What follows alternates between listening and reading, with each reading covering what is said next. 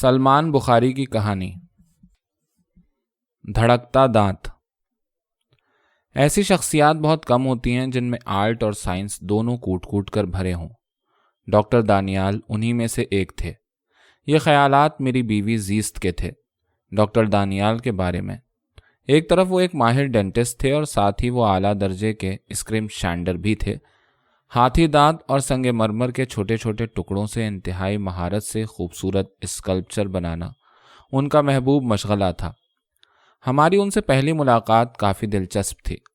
ہم نئے نئے شہر میں آئے تھے اور ڈاکٹر دانیال کا مکان، جس کے تہہ خانے میں وہ اپنا ڈینٹل کلینک چلاتے تھے، میرے گھر کے بالکل برابر میں ہی تھا۔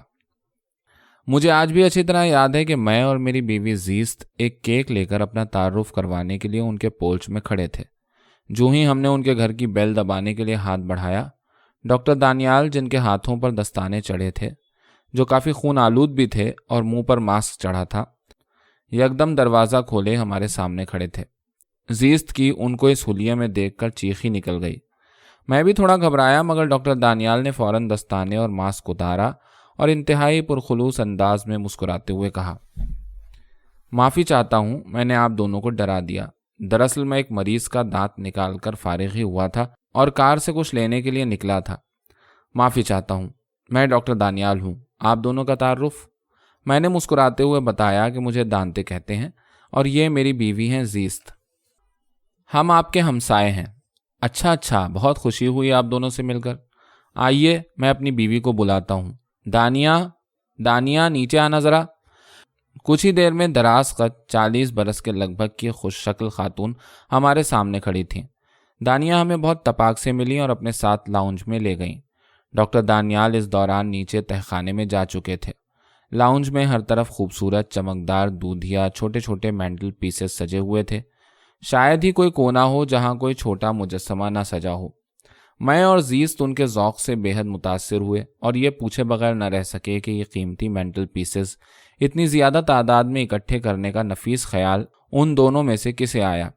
دانیہ نے مسکراتے ہوئے کہا، اکٹھے نہیں بلکہ بنانے کا۔ میں نے حیرانی سے پوچھا، مطلب کیا یہ آپ نے خود بنائے ہیں؟ واقعی؟ دانیہ نے کہا، جی ہاں، مگر میں نے نہیں، یہ شوق ڈاکٹر دانیال کا ہے۔ ان کے تہہ خانے میں ایک مخصوص کمرہ ہے جہاں یہ خود فارغ اوقات میں انہیں تراشتے ہیں۔ میں زیست کی طرف دیکھتے ہوئے حیرت سے اس کا منہ تکنے لگا۔ واپسی پر زیست مجھ سے کہنے لگی کہ دیکھا آپ نے، انسان چاہے کسی بھی پروفیشن میں ہو، اپنے شوق کو ساتھ لے کر چل سکتا ہے۔ اور ایک آپ ہیں، سوائے جاسوسی ناول اور جاسوسی فلمیں دیکھنے کے آپ کا کوئی شوق نہیں۔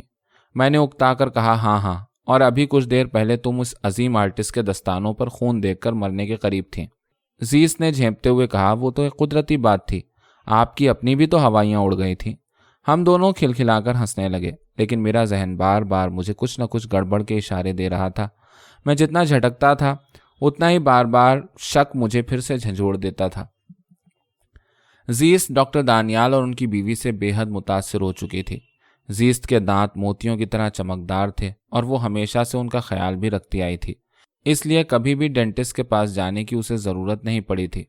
میرے دانتوں میں البتہ سال میں 1-2 بار کوئی چھوٹا موٹا مسئلہ ہو ہی جایا کرتا تھا، اس لیے میں کبھی کبھار صفائی یا دانت درد کی وجہ سے ڈینٹسٹ کے پاس جاتا رہتا تھا۔ زیست نے مجھے مجبور کیا کہ میں ایک بار ڈاکٹر دانیال سے اپنے دانتوں کا معائنہ کروا لوں تو اچھا ہے۔ کچھ دن بعد شام کو ہمارے گھر کی بیل بجی۔ جب میں نے دروازہ کھولا تو سامنے ڈاکٹر دانیال کھڑے تھے۔ میں نے اندر بٹھایا اور پوچھا، بھابھی ٹھیک ہیں؟ ڈاکٹر دانیال نے کہا، کچھ طبیعت ناساز تھی، مگر مجھے مجبور کیا کہ میں ضرور آپ کی طرف جاؤں۔ اتنے میں زیست بھی کمرے میں آ گئی۔ ڈاکٹر دانیال نے اس کے دانتوں کی طرف دیکھتے ہوئے کہا، آپ ضرور ہمارے کلینک میں آئیں، سال میں 1 بار دانتوں کی صفائی بہت ضروری ہے۔ میں نے لقمہ دیتے ہوئے کہا، ڈاکٹر صاحب میں ضرور آؤں گا، البتہ ان کے دانتوں کی تصویر آپ ضرور اپنے کلینک میں لگائیں۔ ہم تینوں ہنسنے لگے۔ میں نے غور کیا کہ ڈاکٹر دانیال بات کرتے وقت مخاطب کی آنکھوں کے بجائے منہ، دہانے اور دانتوں کی طرف دیکھ کر بات کرتے تھے۔ ان کے اس عجیب انداز نے مجھے تھوڑا اور شک میں مبتلا کیا۔ میں نے بات بدلتے ہوئے پوچھا کہ ڈاکٹر دانیال، آپ ایک بہت اچھے آرٹسٹ بھی ہیں، بھابھی سے معلوم ہوا، اس شوق کے پیچھے کیا راز ہے؟ ہماری بیگم ہمیں بھی کوئی اچھا سا آرٹسٹک شوق پالنے کے لیے مجبور کر رہی ہیں۔ ڈاکٹر دانیال کی مسکراہٹ یکدم سنجیدگی میں بدل گئی اور کہنے لگے، جی ہاں، مجھے یہ شوق کچھ عرصے سے ہے۔ زیست کا اشتیاق اور بڑھا اور وہ مختلف طرح کے سوالات اسی آرٹ سے متعلق ان سے پوچھنے لگی۔ میں بغور ڈاکٹر دانیال کی باڈی لینگویج نوٹ کر رہا تھا۔ میں نے نوٹ کیا کہ وہ کچھ ان ایزی محسوس کر رہے تھے اور بات کا رخ بدلنا چاہ رہے تھے۔ میں نے زیست کو ٹوکتے ہوئے کہا، کچھ پینے پلانے کا بندوبست کرو، صرف چائے سے کام نہیں چلے گا، اور وہ ڈاکٹر صاحب سے معذرت کرتے ہوئے اٹھ کر کچن میں چلی گئی۔ میں نے ڈاکٹر صاحب کا موڈ بدلنے کے لیے ان سے پوچھا کہ آپ کتنے عرصے سے یہ کلینک چلا رہے ہیں؟ ڈاکٹر دانیال نے بتایا کہ ان کی والدہ بھی ڈینٹسٹ تھیں اور یہ کلینک وہ چلایا کرتی تھیں۔ ان کا بچپن بھی اسی گھر میں گزرا ہے۔ میں نے کہا، پھر تو آپ کافی بزی رہتے ہوں گے۔ جی ہاں، کافی رش ہوتا ہے کلینک میں۔ اتنے میں زیست گلاس لیے اس کمرے میں داخل ہوئی اور آتے ہی مجھ سے کہا، تو پھر آپ کب جا رہے ہیں اپنے دانت چیک کروانے؟ میں کھسیانی ہنسی ہنسنے لگا اور میں نے کہا، بہت جلد۔ ڈاکٹر دانیال ہمارے لیے ایک پیکٹ چھوڑ کر جا چکے تھے۔ جب کھولا تو اس میں ماؤتھ واش، ایک گول محدب شیشہ، ایک گمنام کمپنی کی ٹوتھ پیسٹ، ایک خلال کرنے کی سٹکس کا پیکٹ نکلا اور ایک چھوٹا سا بظاہر ہاتھی دانت کا بنا ہوا گول انڈا۔ دیکھ کر ہم دونوں خوب ہنسے، مگر زیست اب بھی ڈاکٹر دانیال کی شخصیت سے کافی متاثر تھی۔ خاص طور پر آرٹ کا جو نمونہ اسے ملا تھا وہ اسے بغور دیکھتی جا رہی تھی اور طنز سے مجھ پر جملے کستی جاتی تھی۔ آپ بھی کچھ ہل جل کر کوئی تیتر بٹیر بنایا کریں، جاسوسی ناولوں کی جان چھوڑ دیں۔ میں نے کہا، اور تم خود تو مائیکل اینجلو کی پڑپوتی ہو نا؟ اگلے دن جب میں دفتر کے لیے نکلا تو ایک صاحب مناسب ڈیل ڈال 50 کے لگ بھگ کے ڈاکٹر صاحب کے کلینک کے باہر ٹہل رہے تھے۔ مجھے پاس سے گزرتے دیکھ کر پوچھنے لگے، آج کیا بات ہے؟ 8:33 ہو گئے ہیں، کلینک پر کلوز کا بورڈ لگا ہے۔ میں نے حیرت سے جواب دیا، روز کتنے بجے کھلتا ہے؟ ان صاحب نے کہا، کل تو 8 بجے کھلا ہوا تھا۔ میں نے کہا، دوسری طرف گھر کی انٹرنس ہے، آپ بیل دے کر پوچھ لیجئے، ڈاکٹر صاحب اوپر ہی رہتے ہیں۔ ساتھ ہی میں نے پوچھا کہ آپ یہاں نئے ہیں؟ جی ہاں، 1-2 ماہ ہی ہوئے ہیں۔ اس علاقے میں کرایہ بہت سستا ہے، آپ نے غور کیا ہوگا۔ میں نے کہا، جی مجھے علم نہیں، میری پوسٹنگ حال ہی میں اس شہر میں ہوئی، گھر بھی ادارے کی طرف سے ملا ہے۔ اچھا، بہت خوشی ہوئی آپ سے مل کر۔ میں آگے بڑھ گیا۔ 2-3 روز بعد معلوم ہوا کہ ہمارے گھر سے 4 گھر چھوڑ کر آگے گھر میں موت ہوئی ہے۔ زیست نے بتایا کہ کوئی صاحب گھر سے باہر فٹ پاتھ پر مردہ حالت میں ملے، بظاہر کوئی گاڑی انہیں ٹکر مار کر گزر گئی تھی۔ میں فوراً باہر گیا اور سنگن لینے کی کوشش کی تو پتہ چلا کہ لاش کا سر اور چہرہ مسخ ہو چکا تھا، مگر اتنے بڑے ایکسیڈنٹ کی نہ کسی نے کوئی آواز سنی، نہ ہی سڑک پر ٹائر کے نشان مجھے نظر آئے۔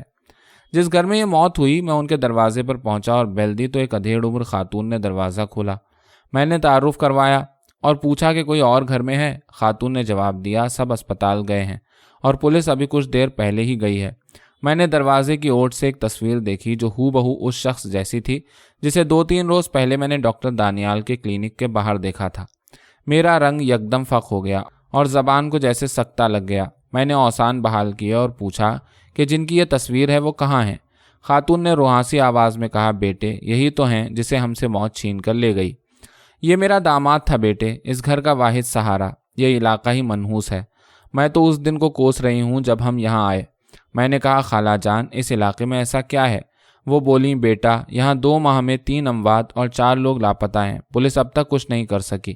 یہاں مکان اور فلیٹ بہت سستے کرائے میں ملتے ہیں، دور دور سے لوگ یہاں سستا کرایہ ہونے کی وجہ سے آ رہے ہیں۔ نہ جانے کتنے لوگ گمشدہ ہیں اور کتنے حادثات میں مر رہے ہیں، کوئی اندازہ نہیں لگا سکتا۔ پولیس چھوٹے چھوٹے جرائم پر توجہ کیے بیٹھی ہے، کوئی پرسان حال نہیں۔ ہمارا گھر چھوڑ کر دوسرے گھر سے ان کی بیٹی پچھلے 1 سال سے لاپتہ ہے۔ پولیس کے بقول وہ کسی دوسرے شہر میں کسی کے ساتھ بھاگ گئی ہے اور یہ کوئی جرم نہیں، اس لیے وہ کچھ نہیں کر سکتے۔ یہ سب باتیں سن کر میرے رونگٹے کھڑے ہو چکے تھے۔ میں سیدھا اسپتال پہنچا۔ اس دوران زیست کو فون کیا کہ وہ گھر کو لاک رکھے اور کسی کے آنے پر بھی دروازہ نہ کھولے۔ زیست نے جھنجھلا کر کہا کہ وہ ابھی ڈاکٹر دانیال کی بیوی دانیہ کے پاس بیٹھی ہے اور کچھ دیر میں گھر جا رہی ہے۔ یہ کہہ کر اس نے فون بند کر دیا۔ میں نے ایک زور سے چیخ ماری اور گاڑی گھر کی جانب موڑی۔ میں سیدھا ڈاکٹر دانیال کے گھر کے باہر پہنچا اور بیل دی۔ ڈاکٹر دانیال ہاتھ میں کافی کا کپ لیے جس پر دانت کھولے کوئی بتی سی بنی تھی باہر نکلے۔ میری ہوائیاں اڑی دیکھ کر انہوں نے میرے کندھے پر ہاتھ رکھا اور پوچھا، کیا ہوا دانتے، خیریت تو ہے؟ میں نے کھانستے ہوئے کہا، کچھ نہیں۔ زیست کہاں ہے؟ ڈاکٹر دانیال نے کہا، زیست وہ تو یہاں نہیں آئی۔ میں نے غصے سے ڈاکٹر دانیال کا گریبان پکڑ کر کہا، کیا بکواس کرتے ہو؟ ڈاکٹر دانیال اس اچانک حملے سے زمین پر گر گئے۔ یکدم زیست اور دانیہ شور سن کر دروازے کے پاس پہنچ گئیں۔ زیست نے غصے سے میری طرف دیکھا اور کہا، دانتے یہ کیا حماقت ہے؟ ڈاکٹر دانیال فوراً ہنستے ہوئے میری طرف بڑھے اور مجھے گلے لگاتے ہوئے کہا، بھابھی، آپ کے ہسبینڈ میرے مذاق کو نہیں سمجھ سکے۔ زیس نے کھسیانی ہنسی ہنستے ہوئے کہا، معافی چاہتی ہوں ڈاکٹر صاحب، اور وہ شرمندگی سے میرا بازو پکڑ کر ساتھ گھر لے آئی۔ اگلے پورے گھنٹے زیس مجھ پر برستی رہی کہ اتنے اچھے ہمسائے خوش قسمتوں کو ملتے ہیں اور مجھے لوگوں سے ملنے جلنے سے چڑ ہے۔ جب اس کا غصہ ٹھنڈا ہوا تو میں نے ساری صورتحال اور اپنا شک اسے بتایا، مگر وہ پھر بھی ڈاکٹر دانیال جیسے آرٹسٹ انسان پر شک کرنا انتہائی حماقت سمجھ رہی تھی۔ ساری رات میری آنکھوں کے سامنے اس انجان شخص کا چہرہ دوڑتا رہا۔ اگلے دن میں ہسپتال گیا اور ایک میل نرس کو لاش کا چہرہ دیکھنے کے لیے کچھ پیسے دیے اور وہ مجھے اپنے ساتھ مردہ خانے لے گیا۔ لاش کا پوسٹ مارٹم ہو چکا تھا۔ لاش کی شکل بالکل پہچانی نہیں جا رہی تھی، بظاہر کسی موٹر کا پہیہ چہرے سے گزر گیا تھا۔ ہم لاش دیکھ ہی رہے تھے کہ ایک خاتون کمرے میں گھسی اور مجھ سے کہنے لگی کہ میں یہاں کیا کر رہا ہوں۔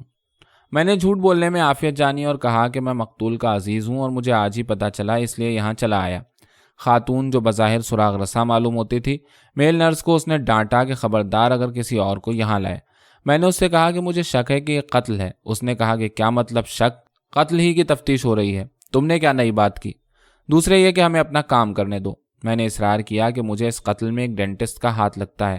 اس نے کہا میرے پاس نان پروفیشنل سے بات چیت کا ٹائم نہیں۔ میں پھر بھی اس کے پیچھے پیچھے چلتا رہا اور بتایا کہ وہ میری بات ضرور سنے۔ اس نے تنگ آ کر کہا کل 2 بجے پولیس اسٹیشن آ جاؤ۔ میں واپس آیا اور فیصلہ کیا کہ میں رات گئے چھپ کر ڈاکٹر دانیال کے کلینک میں جا کر دیکھوں گا کہ اندر کیا کچھ ہے۔ صبح 2 بجے میں تہخانے کی کھڑکی کو توڑ کر اندر گھسا اور آہستہ آہستہ آگے بڑھنا شروع کیا۔ آگے ایک بڑا ہال تھا جہاں مریضوں کے لیے کرسیاں تھیں۔ ساتھ ہی ایک کمرے میں مجھے کچھ آوازیں سنائی دیں، شاید وہاں کوئی موجود تھا۔ یکدم میوزک بھی چل پڑا تھا۔ میں آہستہ آہستہ قدم اٹھا رہا تھا۔ میرے ہاتھ میں صرف ایک پیچکس تھا اپنے بچاؤ کے لیے۔ ایک دروازے کی درز سے روشنی باہر آ رہی تھی۔ اندر جھانک کر دیکھا تو ڈاکٹر ایک سرکٹے انسان کے دانت ایک زنبور سے نکال کر ایک مرتبان میں ڈال رہا تھا۔ سب دانت نکالنے کے بعد انتہائی بے اعتنائی سے اس نے سر کو دور ایک بالٹی میں اچھال کر پھینک دیا اور نیچے ایک لفافے سے دوسرا سر نکالا جو شاید کسی لڑکی کا تھا اور ایک ایک کر کے زنبور سے دانت جڑوں سے کھینچنے شروع کر دیے۔ میری آواز گلے میں دھنس چکی تھی۔ مجھے ایک دم الٹی آ گئی اور میری چیخ نکل گئی۔ ڈاکٹر نے گردن ذرا اونچی کی، مگر فوراً ہی وہ دوبارہ اپنے کام میں مشغول ہو گیا۔ سب دانتوں کو اس نے ایک ایک کر کے گرائنڈر سے رگڑنا شروع کر دیا، مگر میرا پیچکس غلطی سے ڈاکٹر کے احاطے میں کہیں گر گیا۔ میں نے فوراً زیست کو جگایا اور اسے سارا ماجرا سنایا۔ وہ کھلے منہ سے صرف مجھے تکے جا رہی تھی، جیسے کسی پاگل کی بات سن رہی ہو۔ میں نے غصے سے اسے کہا، تمہیں یقین آیا یا نہیں؟ اس نے کہا، آپ خود ہی بتائیے، اگر میں آپ کو ایسی ہی ڈراؤنی کہانی کا اسکرپٹ سناؤں اور کہوں کہ آپ یقین کریں تو کیا کریں گے؟ میں سٹپٹا کے رہ گیا۔ زیست نے کہا، آپ آرام سے لیٹیں، میں چائے لاتی ہوں۔ میں نے کہا، زیست، میں مذاق نہیں کر رہا۔ تب جا کر وہ ابلتی آنکھوں سے میرے پاس بیٹھ گئی اور کہا، پھر پولیس کو بلائیں نا، مجھے کیوں ڈرا رہے ہیں؟ میرے پاس سراغ رساں جوٹ کا کارڈ تھا۔ میں نے اس پر فون گھمایا۔ رات کے 3 بج چکے تھے۔ 2-3 بار کے بعد اس نے فون اٹھایا اور پوچھا کہ کیا میرا دماغ چل گیا ہے۔ میں نے بتایا کہ میری بات تو سنی جائے۔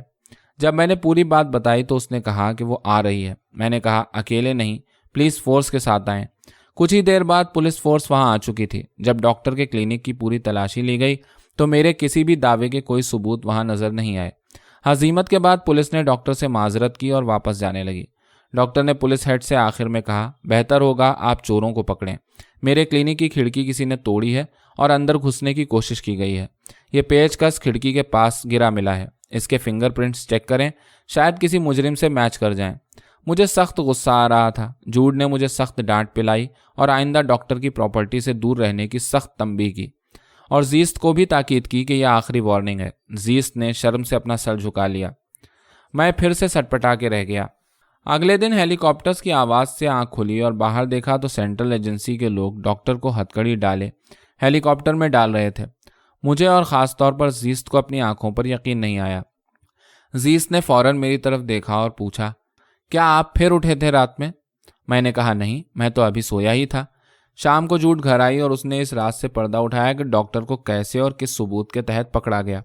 اس نے بتایا کہ ڈاکٹر بہت عرصے سے مختلف لوگوں کو بہت چالاکی سے قتل کر کے لاش کے صرف دانت نکال لیا کرتا تھا اور باقی لاش غائب کر دیتا تھا، مگر اس کا آخری شکار ایک ایسا شخص تھا جو سینٹرل ایجنسی کی مستقل سرویلنس میں تھا، اور ایجنسی نے اس کے ایک دانت میں ایک ننھا ٹرانسمیٹر فٹ کیا ہوا تھا۔